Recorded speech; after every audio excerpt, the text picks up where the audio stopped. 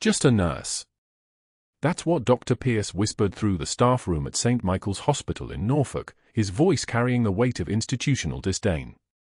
They didn't know she'd held a surgical field together while mortars screamed overhead. They didn't know captain's bars and a Special Forces medical badge lay buried in classified Pentagon files. By 7 a.m. on a Tuesday in March, the whispers had metastasized. Falsified credentials. Questionable qualifications. A nurse who'd somehow slipped through the system with paperwork that didn't add up. What happened next didn't just damage a career, it set a trap. Ashley Cooper moved through St. Michael's corridors with the quiet efficiency of someone who'd triaged trauma under fire, though the fluorescent lights and antiseptic smell bore no resemblance to the dust and diesel of Bagram. Her scrubs were navy blue, unremarkable. Her badge clipped to her pocket read, RN, Ashley Cooper, with no indication of the 23 years of service compressed into classified files or the 3 tours that had sculpted her hands into instruments of precision. She walked past the pharmacy, past the nurses' station where 2 nurses looked up and then deliberately looked away, their shoulders tensing as she passed. Muscle memory wasn't just her hand remembering trauma medicine. It was her reading the room's atmospheric pressure, the way the air changed when she entered, the exact moment someone's jaw clenched because her presence threatened the careful social hierarchy they'd constructed. Room 347 lay at the end of the east corridor. Ashley moved toward it with the practiced silence of someone trained to operate in hostile territory, her footsteps absorbed by the linoleum, her breathing measured and intentional. The door was halfway open. She knocked twice, a gentle courtesy that contradicted her capability, and stepped inside. The deaf veteran lay propped on 2 pillows, his chest wrapped in compression bandaging, his left arm in a sling. Sergeant Marcus Halloway. Age 42. Former commander of the 2nd Platoon, Charlie Company, 3rd Battalion 5th Marines, a dark horse. The unit her son had died with in Helmand Province 4 years ago. Halloway had written the casualty letter. She'd never met him in person until 3 days ago when he arrived at St. Michael's with a collapsed lung and a legal guardian fighting to protect his medical autonomy. He looked up as she entered, his eyes sharp despite the sedation, and his hands moved in the fluid grammar of American Sign Language. "Good morning." Ashley signed back, her fingers forming the familiar shapes. "Good morning. How is your pain this morning?"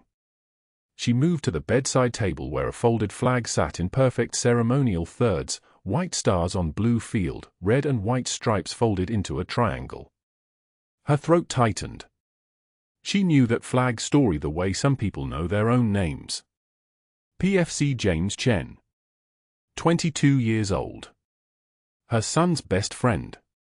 Killed in the same compound where Halloway had been ambushed 3 years later.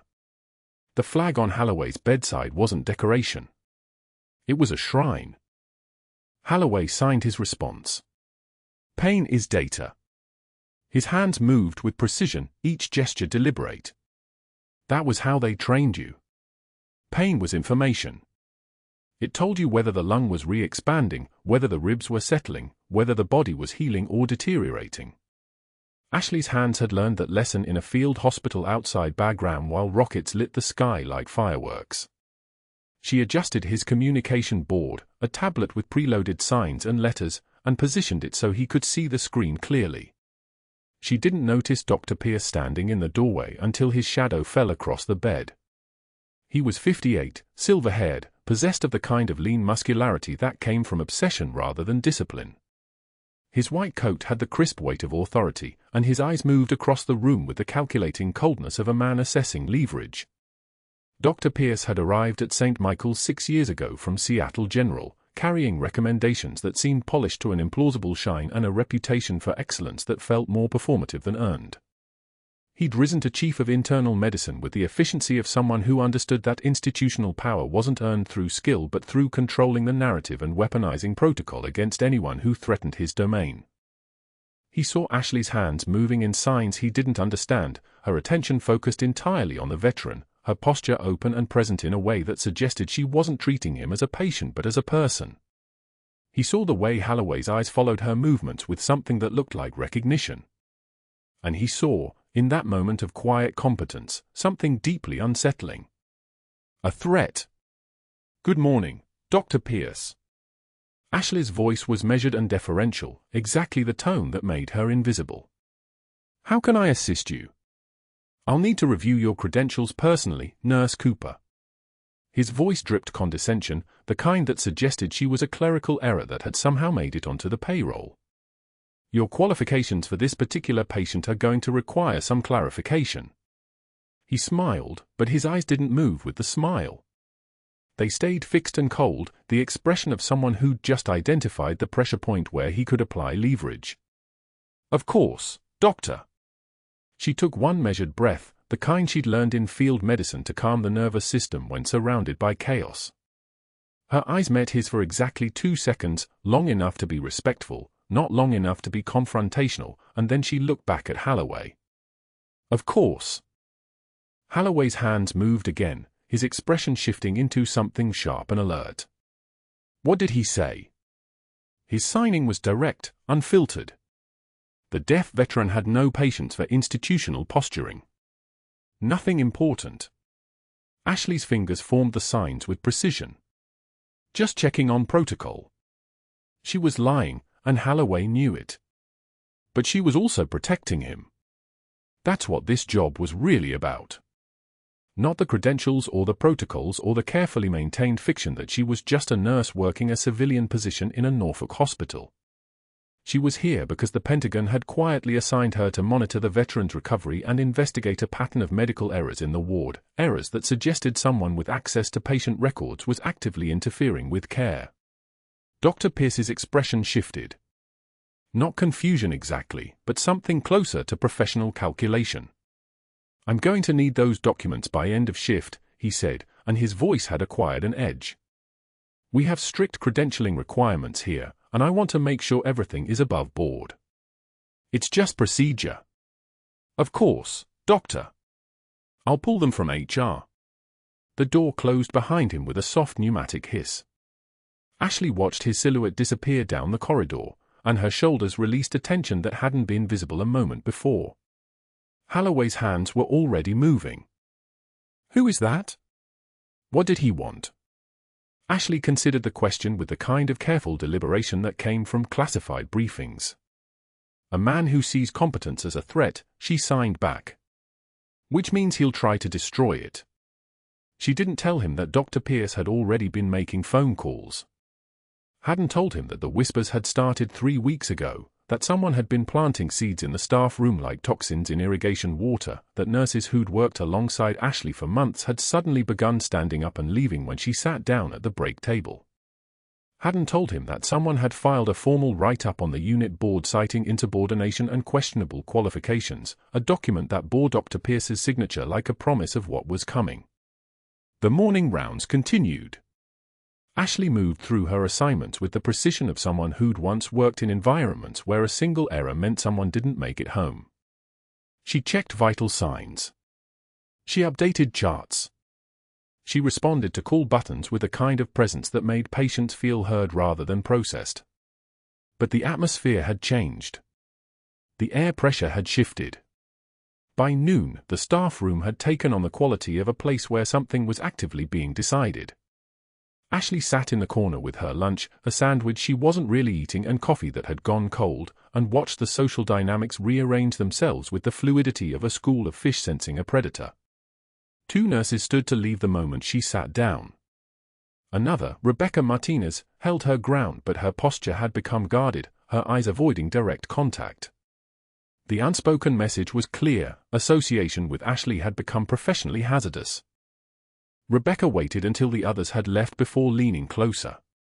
Be careful, she whispered. Pierce has been asking questions about your background. Where you worked before this. Where you got your certifications. He's digging into something. Ashley nodded once, a gesture of acknowledgement that revealed nothing. Thank you for the warning. I'm serious. Rebecca's voice carried genuine concern. Something feels off about this. It's not like the usual credentialing review. He's asking questions that suggest he's already looking for something specific. Ashley's hands wrapped around the cold coffee cup, her scarred knuckles, burned scars from shrapnel extraction, 3 sutures that had healed into thin white lines, drawing momentary attention from Rebecca before the younger nurse looked away. She'd been trained to let people look at those scars and draw their own conclusions. Most concluded she'd been careless. Some wondered. None suspected a field hospital outside Bagram where the fluorescent lights had been powered by a generator that wheezed like a failing lung, where she'd held a surgical field together while the world outside exploded in concussive waves. The afternoon brought clarity to Dr. Pierce's strategy. A formal write-up appeared on the unit board by 3 p.m., printed on official hospital letterhead, her name centered at the top in a way that suggested permanence. Insubordination. Questionable qualifications. Failure to properly document patient interactions. The accusations were vague enough to be weaponized but specific enough to sound credible to anyone who didn't know her record. Beside it was a note from HR scheduling a formal review meeting for the following morning. Ashley read the document once, her expression unchanged, her posture unchanged, her breathing unchanged. She'd faced more direct threats than this. She'd been shot at. She'd been blown off her feet by IED shrapnel. She'd held a man's intestines inside his abdomen with her own hands while waiting for medevac. A piece of paper with her name on it was information, not catastrophe. But the veteran in room 347 would be vulnerable if she wasn't here to protect him. That's what the write-up was really about. Dr. Pierce had identified that Ashley's presence mattered to Holloway, and he was using that as leverage. Remove her from the ward, and whatever pattern she'd been sent to investigate could proceed uninterrupted. She folded the write-up and placed it in her locker beside her personnel file, where everything that mattered about her service record remained safely classified and invisible. By the time her shift ended at 8 p.m., the staff had already begun adjusting to her impending removal. The nurses who'd been friendly became distant. The doctors who'd been collegial became curt. The institutional machinery had begun its process of erasure, the quiet institutional violence of turning someone into a non-person through the slow accumulation of professional distance. Ashley left the hospital at 8:06 p.m., her identification badge clipped to her scrubs, her classified orders locked in a secure cloud system that no hospital IT person could access, her real mission still invisible to everyone around her. She didn't know yet that Dr. Pierce was already escalating. She didn't know that by tomorrow afternoon, someone would try to prevent her from accessing Holloway's medical records. She didn't know that the pattern she'd been sent to investigate was larger and deeper than anyone in the Pentagon had initially believed. All she knew was that the folded flag on Holloway's bedside table represented a debt she'd incurred for years ago, and that debt superseded every piece of paper in Dr. Pierce's administrative arsenal. He'd miscalculated when he'd assumed that a quiet nurse could be erased through institutional procedure. But that wasn't the worst part.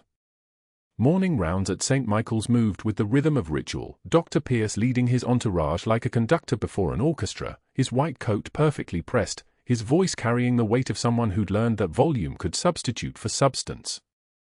Ashley followed 2 steps behind, her hand steady, her expression neutral, the folded flag from her patient's fallen teammate visible only to those who looked closely enough to see what was truly there. The veteran's room smelled like antiseptic and hope. His daughter sat in the vinyl chair beside his bed, his son-in-law standing near the window, both watching as Dr. Pierce entered with the deliberate grandeur of a man who believed his presence elevated every space he occupied. Ashley moved past them to check the oxygen flow adjustment she'd made during her 0600 rounds, a subtle modification to the delivered percentage based on the veteran's breathing pattern. She'd recognized the signs from Bagram, the slight pallor, the compensatory breathing, the subtle shift that meant his lungs were working harder than they should be at rest. "Our little mystery nurse thinks she knows better than protocols," Pierce announced, his voice designed to carry down the corridor and back. He didn't address Ashley directly. He spoke about her as if she were equipment that had malfunctioned. "Where exactly did you say you trained, Cooper? Some online diploma mill? Because what you're doing here violates the standard oxygen protocols we've had in place for the last 15 years. Ashley's hands continued moving with precision. She adjusted the flow meter back to protocol specification, knowing it was wrong, knowing the veteran would deteriorate, knowing she couldn't explain why without exposing her mission. The daughter's face shifted from trust to confusion. The son-in-law crossed his arms. The protocols exist for a reason, Pierce continued, turning to address the family now, his smile paternal and poisonous. Rogue adjustments without physician authorization are exactly the kind of thing that gets patients hurt. I'm sure you appreciate that we maintained certain standards here. One measured breath. That was all Ashley allowed herself. In, through her nose. Out, controlled, silent. A single tear escaped, genuine, unbidden, the physical manifestation of restraint so complete it had to leak out somewhere. She wiped it away with the back of her hand, never breaking eye contact with Dr. Pierce, her gaze steady as a laser sight. I've held the hands of better men than you while they took their last breath, Doctor, she said, her voice wrapped in silk but forged from iron. Don't mistake my kindness for weakness. The room went dead silent. The heart monitor beeped its mechanical rhythm, indifferent to human drama. The son-in-law's eyebrows rose slightly.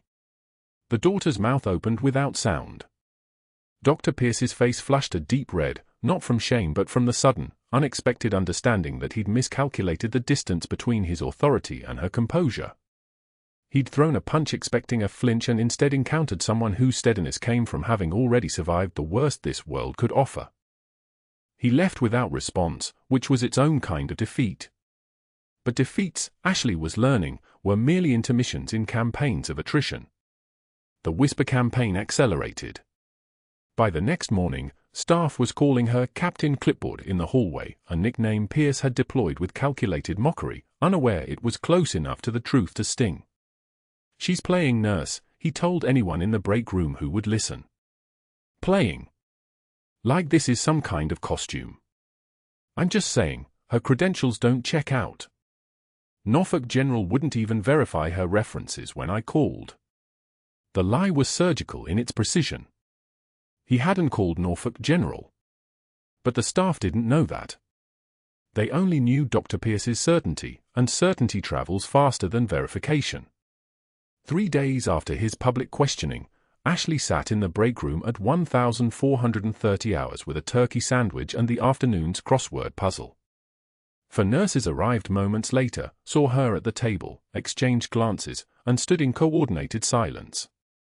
Then they relocated to the other side of the room, not dramatically, not with confrontation, but with the kind of calculated ostracism that was somehow worse than direct hostility. Nobody said anything. The silence was louder than accusations. She finished her sandwich. She left the break room at 1,447 hours. By 1,500 hours, a formal write-up had appeared on the unit board, printed on hospital letterhead, her name highlighted in neon yellow like a warning flag.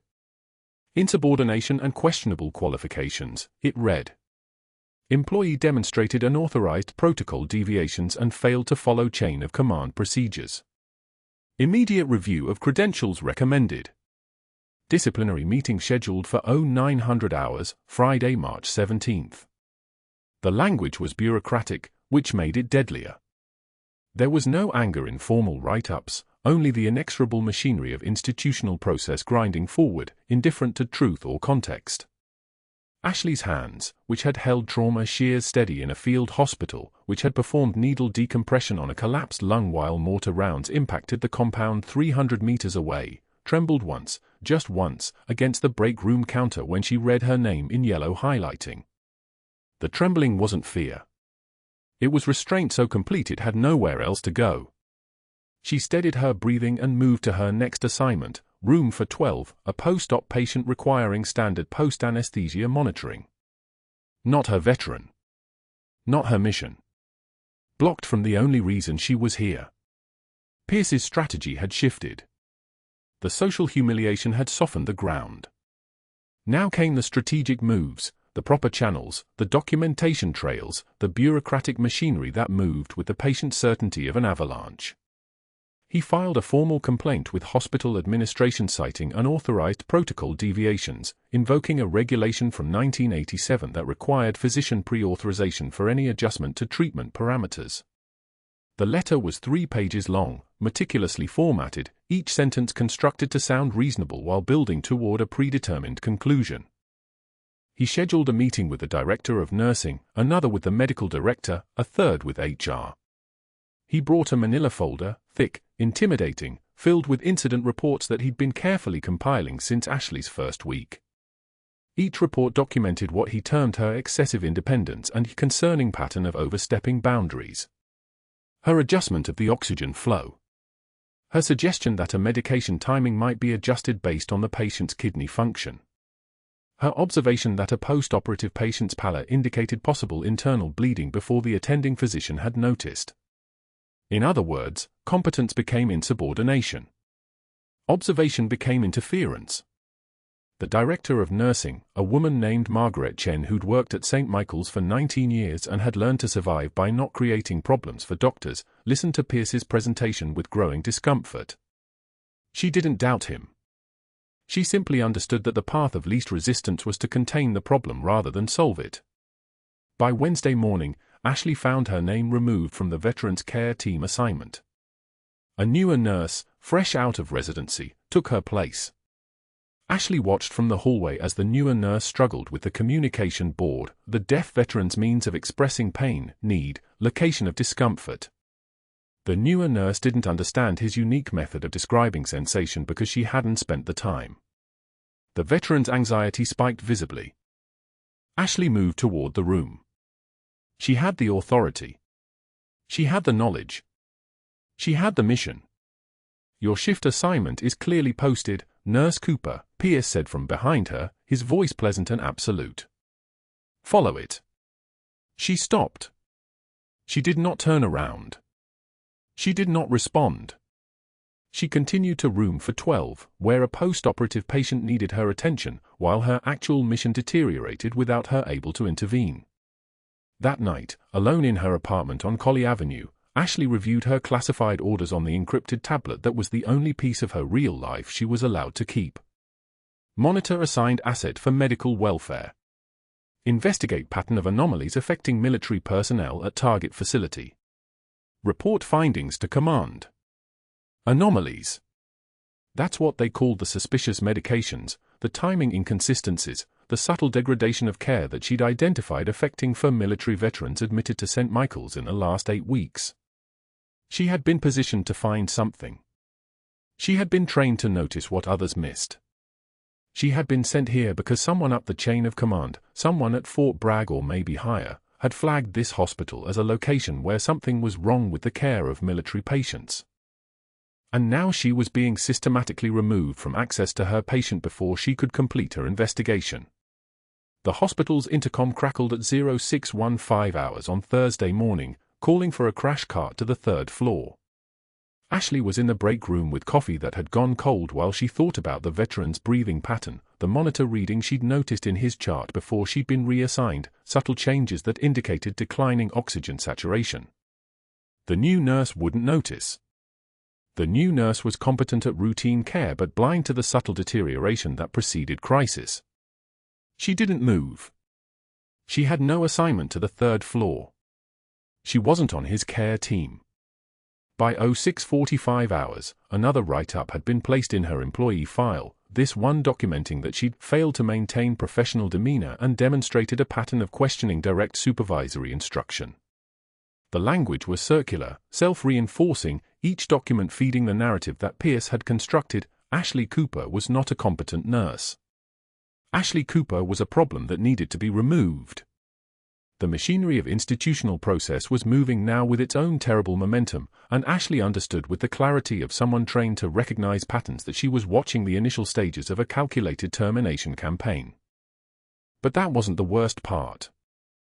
The machinery of institutional process was moving now with its own terrible momentum, and Ashley understood with the clarity of someone trained to recognize patterns that she was watching the initial stages of a calculated termination campaign. But that wasn't the worst part. That afternoon, Dr. Pierce walked into the break room where 3 nurses were finishing their lunch and closed the door with deliberate precision. He pulled out a manila folder, thick, already building, and set it on the table like evidence at a trial. The folder contained 17 pages. Ashley would learn later that this was exactly how many pages required to establish a pattern. Nurse Cooper has been reassigned, he announced to no one in particular, though everyone was listening. Effective immediately. She'll be covering the West Wing, 3rd and 4th floors. That means rooms 301 through 428. The West Wing. 3 corridors away from room 347. 3 corridors away from the deaf veteran whose recovery was the only reason Ashley had accepted this assignment, the only reason she'd buried her captain's insignia and her Bronze Star and her field medicine training under 7 layers of civilian credentials. One of the nurses, Jennifer, decent woman, 2 kids, looked up from her salad.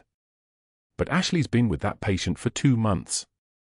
He's stabilized because of her communication protocol with the "I'm aware of Nurse Cooper's work," Dr. Pierce interrupted, his voice flat as a scalpel blade. Which is precisely why the transition will proceed immediately. We wouldn't want any gaps in continuity. Documentation, Jennifer. Everything must be documented. He left the folder on the table. No one opened it until he was gone. When they did, the pages told a story that had been carefully constructed over 6 weeks. Incomplete charting from March 14th. A medication error flagged, though Ashley had caught and corrected it within seconds, the flag remained official. A note from Dr. Pierce himself, RN Cooper verbally questioned physician orders on the 18th of March, insubordination or poor understanding of chain of command. Recommend evaluation. Each entry was dated, initialed, filed through proper channels. The documentation was the trap itself. It didn't matter if any single entry was defensible. The pattern was the weapon. 17 pages of pattern. Ashley had seen this tactic before, though not in a hospital.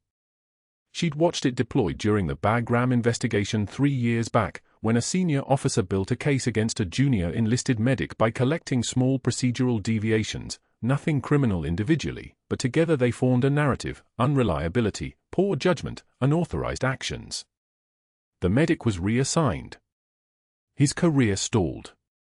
The real issue, he discovered falsified supply manifests, was never mentioned in the official record. This was how institutional systems protected themselves. Not with frontal assault, but with bureaucratic suffocation.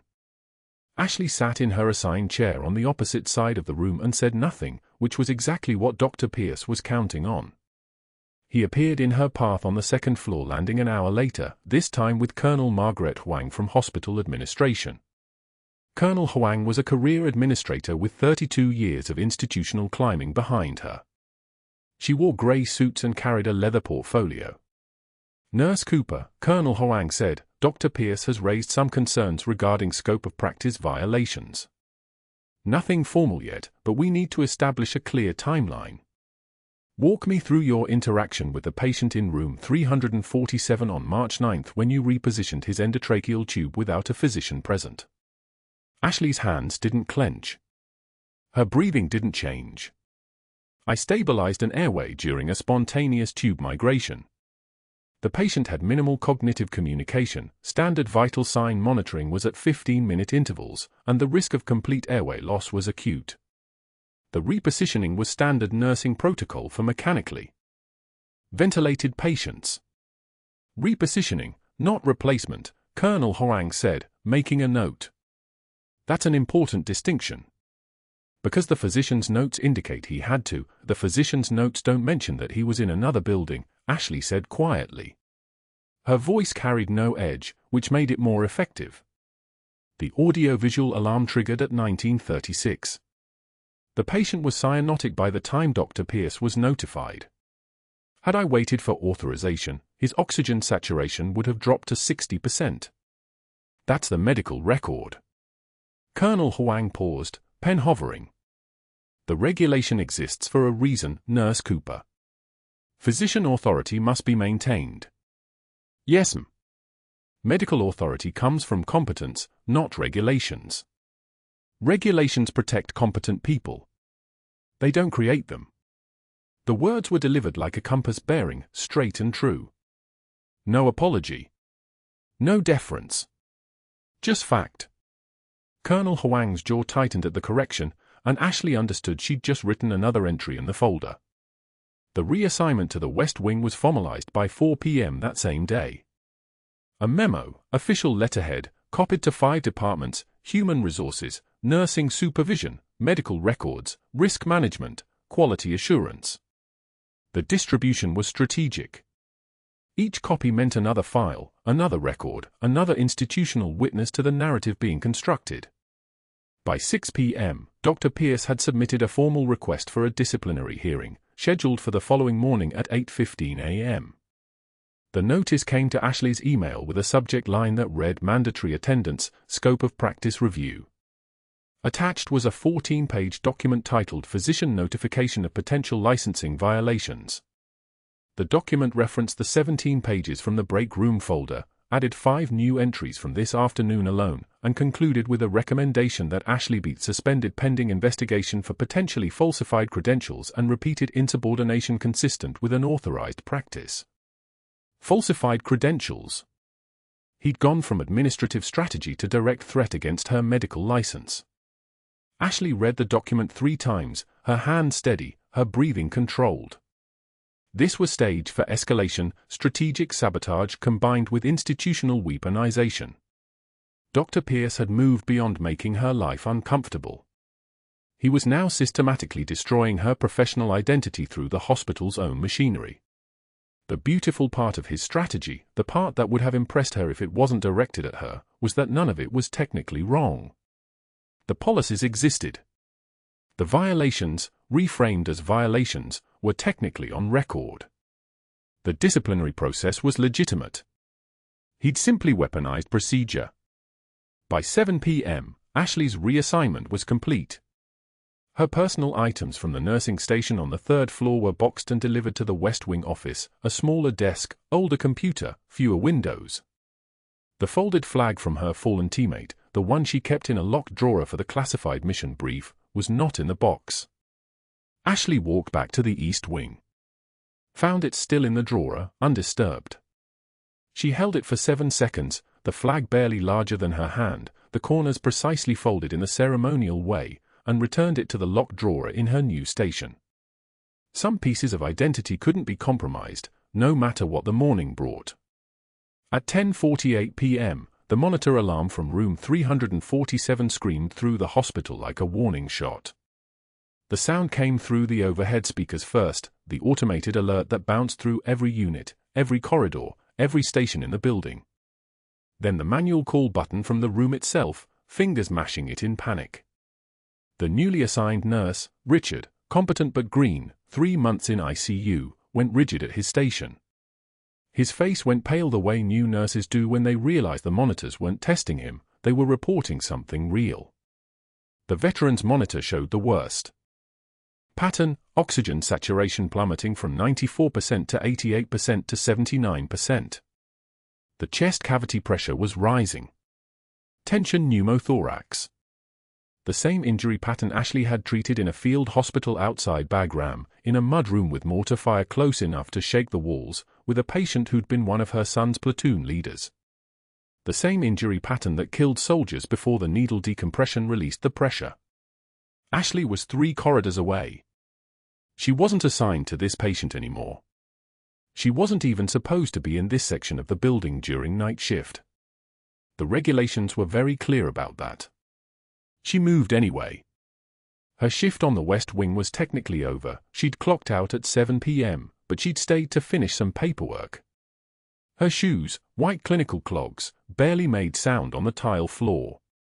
The hiss of her scrubs moving, the rhythm of her breathing, these were the only sounds that belonged to her. Everything else in the hospital was screaming. The overhead intercom crackled, code blue, ICU room 347. Physician to ICU room 347. This is not a drill. Richard was already moving toward the emergency supply locker, hands shaking as he pulled out the crash cart. He was trying to follow protocol, but protocol didn't account for this. Protocol assumed the physician was minutes away, not 20 minutes away in an emergency that killed patients in 4. Ashley was moving through the second corridor now, her pace controlled despite the alarm bells everywhere. She didn't run because running triggered attention and questions. She walked like someone who belonged there. The third corridor opened onto the ICU. She could see the room through the glass partition. The veteran's daughter was screaming from the doorway, a sound that cut through the monitor alarms like something alive.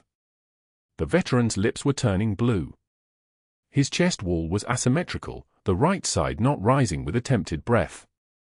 His hand was still, not signing, just still, which meant his oxygen-deprived brain wasn't registering the crisis anymore, just surrendering to it.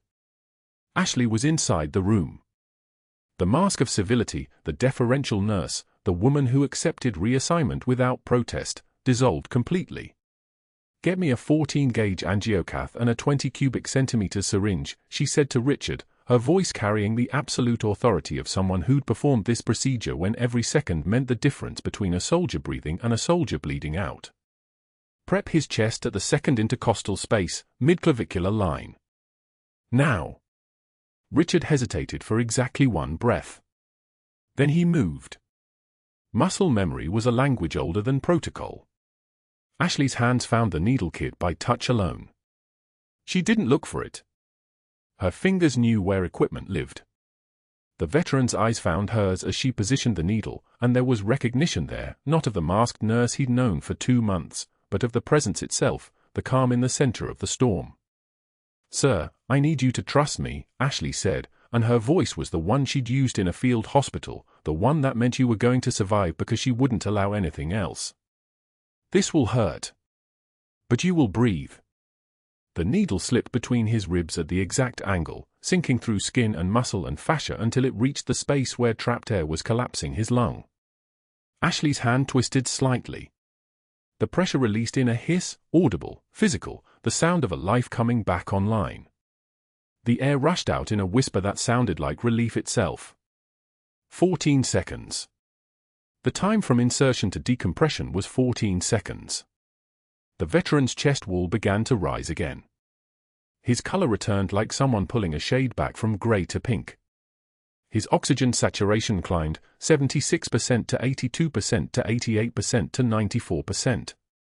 The monitor alarm shifted from the frantic code blue rhythm to the steady beep of a patient whose body remembered how to function. The daughter was crying in the doorway, the kind of crying that meant she'd watched her father almost die. And then didn't. Richard was standing frozen, his hands empty, processing what he'd just witnessed in a nurse he didn't recognize. Ashley didn't explain. She simply secured the needle with proper dressing and documented the intervention time on the monitor itself, 23:48. Dr. Pierce arrived at 23:59, exactly 12 minutes later, his white coat still buttoned incorrectly like he'd dressed in the dark. He looked at the monitor first, stable vitals. Then at the patient, breathing, color restored. Then at Ashley, whose gloved hands were sanitizing themselves, whose posture was already returning to the posture of someone who'd just saved a life and was moving on to the next task because that's what the work demanded. His face transformed. Not with gratitude. With calculation. The successful intervention was proof of direct protocol violation. The unauthorized procedure. The scope overreach. The entire documentation case he'd been building suddenly had new material, fresh evidence, the most damaging kind, proof that she had skills she wasn't supposed to have, knowledge she shouldn't possess, and the audacity to use them without asking permission. His eyes moved from Ashley to the veteran to the monitor to Richard and back to Ashley, processing the scene like a chess master seeing 3 moves ahead. "Nurse Cooper, step away from the patient immediately," Dr. Pierce said, his voice the kind of calm that comes from knowing you've won. "Someone call security and document everything. Everything. I want the monitor strip, the medication log, the vital sign timeline, the supply documentation, the whole thing recorded as a formal incident requiring investigation." The veteran tried to sign something, gratitude, probably, or a name, but Dr. Pierce had already turned away. He was already reaching for his phone. He was already mentally adding pages to the folder. The monitor alarm shrieked at 11:48 p.m. like a predator's cry, and Ashley didn't hesitate. She was moving before the sound fully registered, her body remembering protocols her mouth could never speak aloud. The veteran's oxygen saturation was collapsing, 68% and dropping, his chest rising in shallow, desperate gasps. Tension pneumothorax. A collapsed lung pressing against his heart, squeezing the life out of him 1 second at a time. She read the room in a glance. The night nurse frozen at the bedside, eyes wide. The respiratory therapist checking the ventilator settings uselessly, as if the machine had failed rather than the veteran's own body turning against him. No attending physician within 50 feet. No time for authorization protocols or hierarchies or Dr. Pierce's precious scope of practice boundaries. The veteran's eyes found hers, and in that moment, she saw Bagram, saw the dust, the fire, the hands he'd held while bleeding out in a convoy 12 kilometers south of the airfield. She moved to the medication cart and retrieved what she needed with the efficiency of muscle memory. A 14-gauge angiocath needle. The sterile field. Her hand steady as surgical steel. She'd performed this exact procedure in a field hospital outside Bagram while rockets screamed overhead and the walls shook from impact 60 meters away. A young Marine with a sucking chest wound and 8 minutes before his heart stopped. She'd been captain then too, though nobody here would ever know it. The needle had gone in. The hiss of air escaping.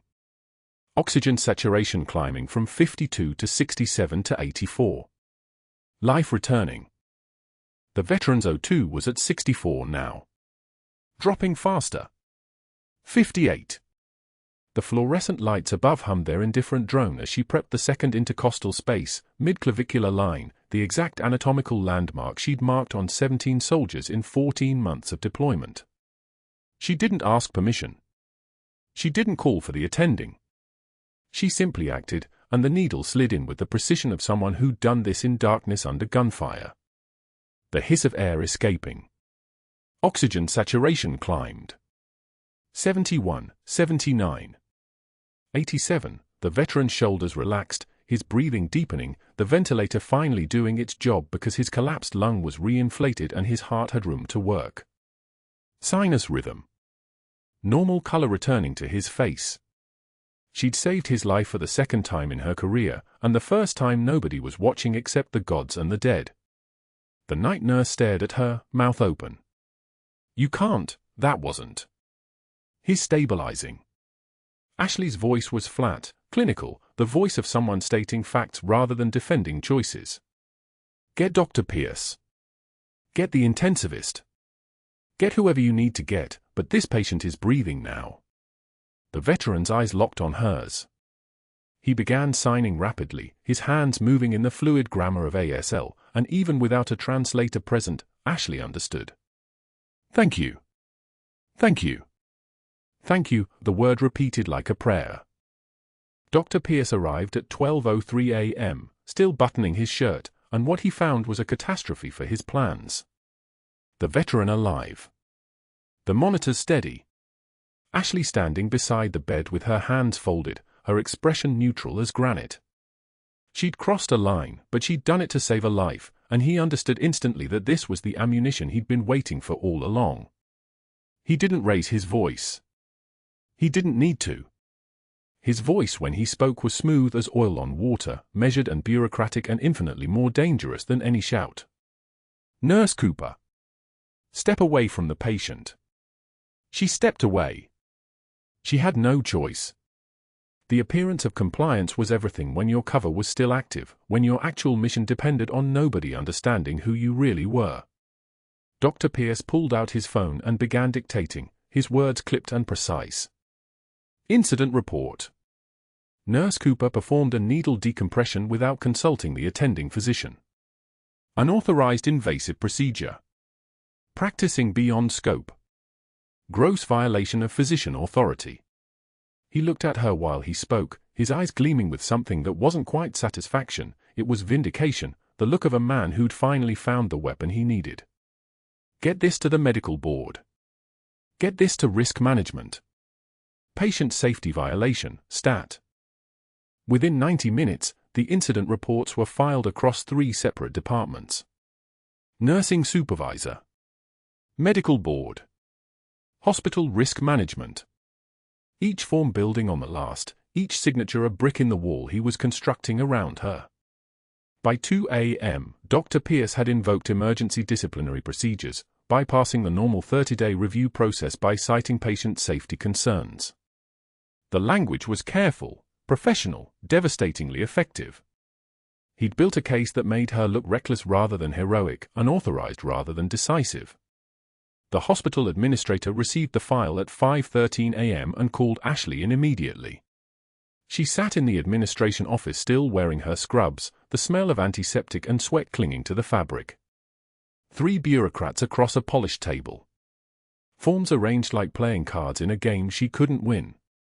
The hospital administrator, a woman named Hendricks whose expression suggested she'd never made a gut decision in her career, read from Pierce's report in a voice stripped of inflection. Nurse Cooper performed a needle decompression without consulting the attending physician, demonstrating a dangerous pattern of exceeding her qualifications. Ashley took one measured breath. The trembling wasn't fear. The trembling was restraint, every military training protocol screaming at her to defend herself, to explain, to reveal that she was a captain in the Special Forces Medical Corps, that she'd trained for 17 years, that she could recite anatomy and pharmacology and trauma protocols in 3 languages. But she couldn't say any of it. Blowing her cover meant mission failure. Blowing her cover meant leaving the veteran vulnerable to whatever pattern she'd been sent to uncover, the suspicious medical errors that had triggered this entire classified assignment. The patient would have died in the time it took to get authorization, she said quietly. The administrator's expression didn't change. That's not your determination to make, Ms. Cooper. By noon, each form was signed with bureaucratic finality. The termination letter was printed on hospital letterhead. Security was called. She was escorted through the main lobby with maximum visibility, maximum humiliation, the kind of public removal designed to send a message to the entire staff. Don't question authority. Don't exceed your scope. Stay in your lane. Nurses stood in doorways watching her pass.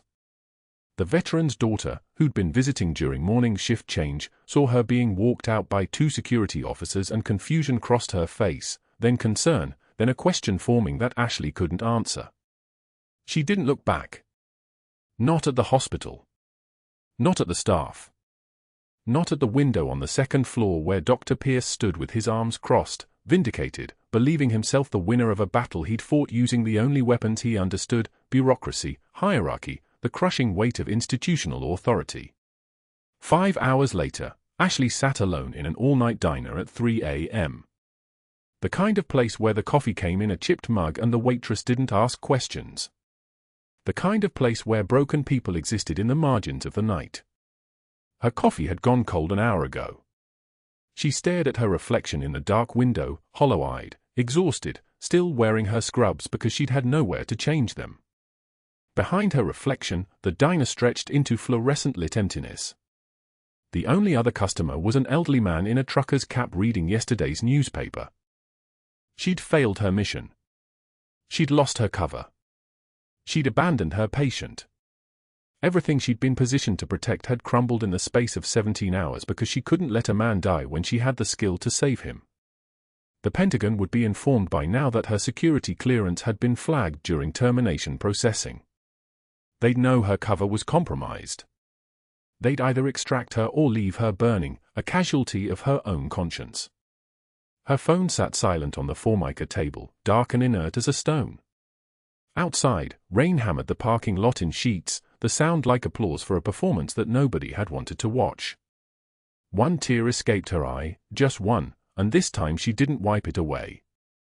She let it fall because there was nobody watching anymore, nobody left to deceive, nobody left to protect except the ghost of a decorated veteran who'd already saved her as much as she'd saved him. But that wasn't the end of the story. Not even close. What she didn't know, what nobody at St. Michael's Hospital knew, was that the Pentagon systems were already waking up, already responding, already preparing to remind everyone in Norfolk exactly who Captain Ashley Cooper really was. Security led her through the lobby at 6 in the morning, her badge already deactivated, the electronic lock no longer recognizing her fingerprint. Ashley carried nothing, she'd learned long ago not to accumulate possessions worth protecting. 5 hours later, she sat in a corner booth at Danny's Diner on East Main, the kind of place where nobody asked questions and the coffee never stopped coming. The cup sat untouched in front of her, a brown ring forming around the inside as the liquid cooled and thickened. 3 a.m. The fluorescent lights buzzed above her like something mechanical dying slowly, and she stared at her reflection in the darkened window, a woman in hospital scrubs that no longer meant anything, eyes that had seen field surgeries in Kandahar now fixed on her own hollow face. The rain hammered the glass like applause from an audience she'd never wanted, and she pressed her palm against the window, feeling the cold seep into her skin, grounding her in the small certainty that at least she could still feel something. She couldn't defend herself. That was the architecture of her situation, the steel cage she'd walked into willingly. One word, one mention of her captain's rank, her classified assignment, her actual security clearance, and everything collapsed. The Pentagon didn't want blown covers on the evening news. Institutional clarity required institutional silence. If she spoke her truth, if she shattered her own anonymity to save her career, the veteran in room 347 became exposed. A decorated soldier with hearing loss, recovering from suspicious medical complications, suddenly visible to whoever had been running interference from inside the hospital system. Dr. Pierce was a symptom, not the infection. Ashley's mission briefing had been explicit: find the pattern, document the pattern from inside, stay invisible. The moment she stopped being invisible, she stopped being useful. The moment she stopped being useful, she became a liability. And liabilities got transferred, reassigned, or like the three nurses before her, quietly removed from the equation. She'd made her choice in that moment when the veteran's lung collapsed, when the monitor flatlined into a single sustained wail, when her hands moved on their own to find the second intercostal space, mid-clavicular line, and she pressed the needle home.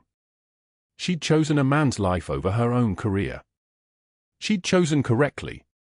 That knowledge was supposed to be enough. It wasn't. But at 3 in the morning, staring at coffee that tasted like battery acid and her own reflection, Ashley didn't have the luxury of examining whether the choice had been worth the cost. The Pentagon systems had already started moving. Somewhere in a room she'd never seen, with people whose names she'd never know, a termination flag had triggered an automated response. Every employment termination in the DoD system went through background verification. Every background verification ran a security clearance check. And every security clearance check flagged a captain in Naval Special Operations who'd been assigned to a civilian hospital in Norfolk under a nursing contract that technically didn't exist on any official personnel roster. The phone call came at 7 a.m., before the diner's breakfast crowd arrived. Not her personal phone, that had been confiscated by hospital security. The landline at Danny's, the number she'd left on her emergency contact form 3 years ago, back when she still believed covers lasted forever. A woman's voice, clipped and military, no preamble: Captain Cooper. Stand by for General Morrison. She didn't ask how they got the number. She didn't ask anything. She just said, standing by, and waited in the hum of the refrigerator behind the counter while the waitress pretended not to listen. The general's voice came through like gravel in a tumbler: your flag came up in HR processing. We're aware of your situation. We're also aware of Dr. Pierce's activities. We're on our way to Norfolk. Remain where you are. Remain where you are. Military speak full: don't move, don't speak, don't do anything that isn't being done to you. Ashley had spent her career being positioned like a chess piece. One more time wasn't going to change anything. They arrived at St. Michael's Hospital at dawn in a black Suburban with government plates, 3 figures in dress uniforms sharp enough to cut glass, a 3-star general with silver eagles on his collar, and 2 naval officers who moved like men accustomed to being obeyed. They went directly to hospital administration. No questions asked. No courtesy to the administrator. The investigation was already in motion, already executed, already written before they walked through the doors. The IT specialist Rodriguez, a Navy veteran who'd been working St. Michael's security for 7 years and who'd never once looked at Ashley with the contempt the nursing staff had perfected, had delivered everything to the Pentagon's investigators at 5 in the morning. Every security camera file from the past 6 weeks. Every timestamp. Every deletion log. And there, at 1:34 a.m. on the morning of Ashley's termination hearing, a user account access flagged with Dr. Pierce's credentials, accessing the security system, deleting 12 minutes of camera footage from room 347, deleting the exact footage that showed Ashley performing the needle decompression that saved the veteran's life. Except deletions left traces. The hospital's backup system, mandated by federal regulation for any facility housing military personnel, preserved everything flagged for deletion. 30 days of shadow copies. 30 days of evidence. And the deletion itself, the attempt to destroy evidence, was logged, timestamped, tied directly to Pierce's administrative access number. Premeditation.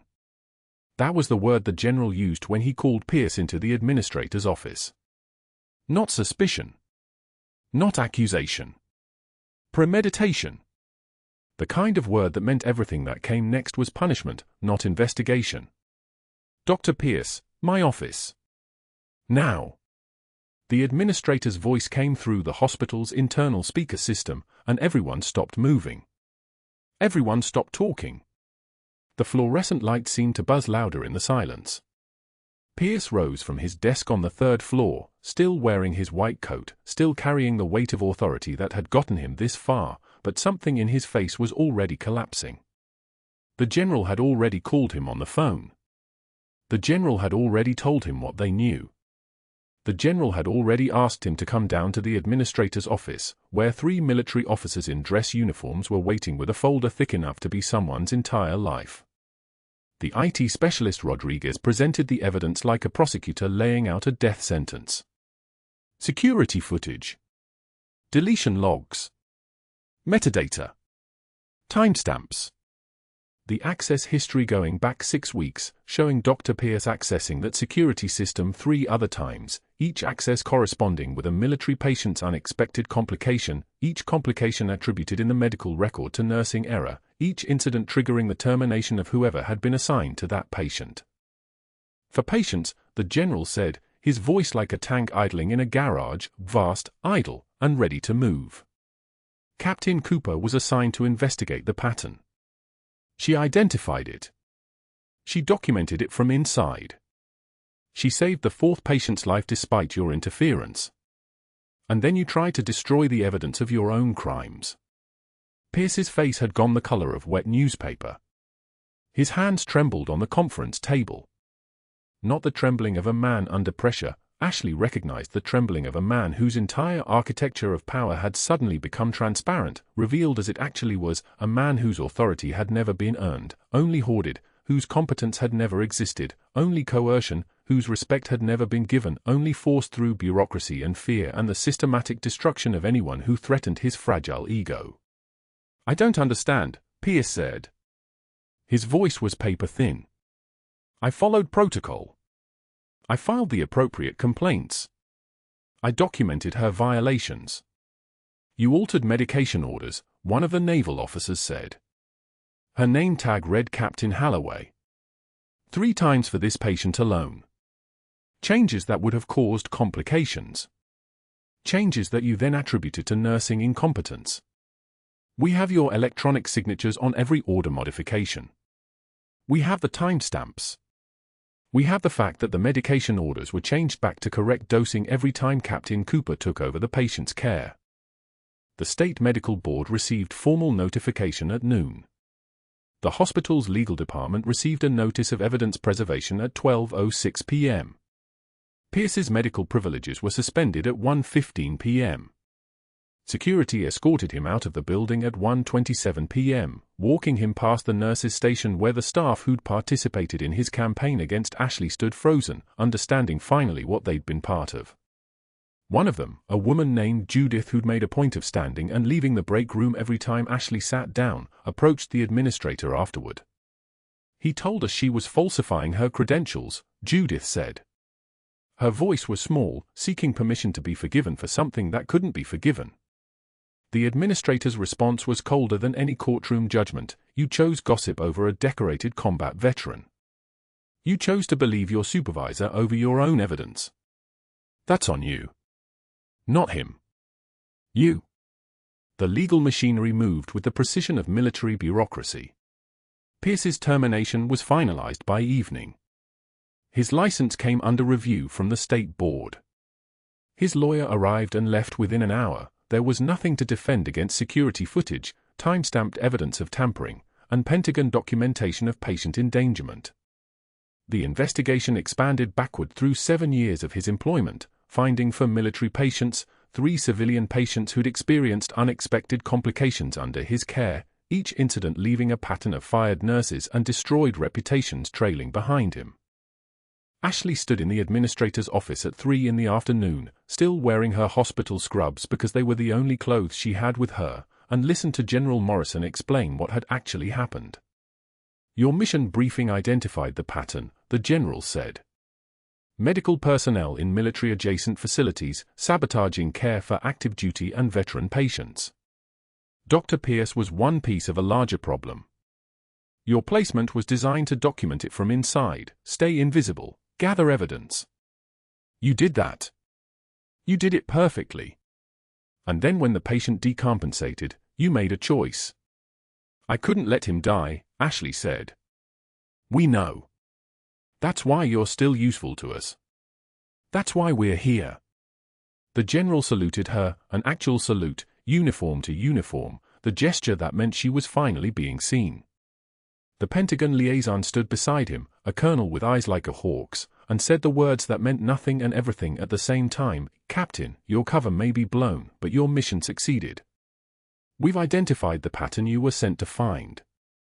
Dr. Pierce is one of 17 medical professionals across 12 facilities engaging in systematic patient endangerment. You gave us the first documented case. You gave us proof. You gave us somewhere to start." Ashley felt something in her chest shift, not relief, not quite, but something like the sensation of finally exhaling after holding her breath for months. The folded flag from the veteran's bedside table was in the general's hands, her gift sitting there like a bookmark in a document about sacrifice. "He wanted you to have this," the general said. "He understands what you did. What you sacrificed." Ashley took the flag, and for the first time since walking out of St. Michael's Hospital's lobby 6 hours ago, she allowed herself to feel the weight of what she'd chosen. True heroism is what you do when the world stops watching. If you've made it this far, you understand that quiet strength often goes unrecognized until the moment of revelation. If someone you trusted turned out to be something different than you thought, or if you've ever been underestimated by someone who didn't know your true value, hit subscribe and leave a comment telling us your story. We're collecting them.